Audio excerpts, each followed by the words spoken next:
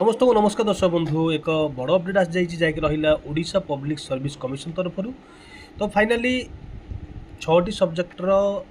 result माने final result पर नुआ सब्जेक्ट माने अलग सब्जेक्ट को बर्तमान ओपीएससी आसी जेमिति कि आज रिजल्ट बाहरी पीजीटी ज्योग्राफी पीजीटी ज्योग्राफी आपण माने देखी नि जो मैंने सिलेक्शन होती कि पूर्व गोटे छोट आम कथा जोटा कि रहा देखु टोटाल पिला सिलेक्शन होती 42 जो थ्रू 23 वुमेन अच्छा जदि आम देखा एमानकर डॉक्यूमेंट वेरिफिकेशन अच्छी और इंटरव्यू 28 रु 30 जुलाई भितर माने 4 दिन हम टोटाल पिला अच्छा देखु जमीक 43 किंतु टोटाल पोस्ट थिला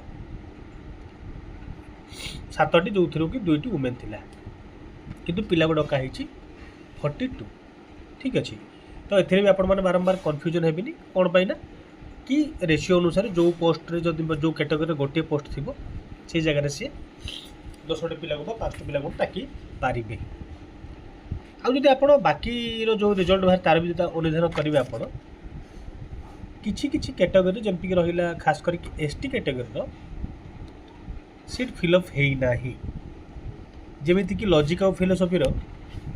टोटाल पोस्ट थिला 51 किंतु देइचन केवल 42 पिला को झील थिला 20 देइचन 20 झील को माने पु पिला टोटाल पाई ना से भीतर जो अधिक पाई ना एसटी पोस्ट थिला 12टी किंतु पिला पाइछन केवल 3टी माने आउ 7टी माने पाखापाखि 9टी पिला मिलिले नाही तो ता अर्थ पिला माने जो माने एग्जाम भल करिसंती माने बा अकॉर्डिंग टू ऑफिस गाइडलाइन अनुसार नोटिफिकेशन तो जो माने 99 प्लस मार्क रखिसंती से मानको डका आइछि एटू एटा भी जना पडुछि कि पुओ माननको अपेक्षा झियो माने भल करिसंती एग्जाम एथरे भी नो डाउट जेते भी आप रिजल्ट देखिबे बोधे गोटे दीटा बोधे रिजल्ट रे पूरा अकॉर्डिंगली जहाँ थिला पोस्ट ता दी बाकी सब गोटे दुईटा ऊपर तल सब होती तो आई होप कि आगू को अलग सब रिजल्ट आसीज जो मैंने सिलेक्शन होती समस्त को आउ थे ऑल द बेस्ट आपण मैंने भल प्रिपरेशन करूँ इंटरव्यू कारण जो मैंने क्लोज रे थे से इंटरव्यू बहुत मैटर करेंगे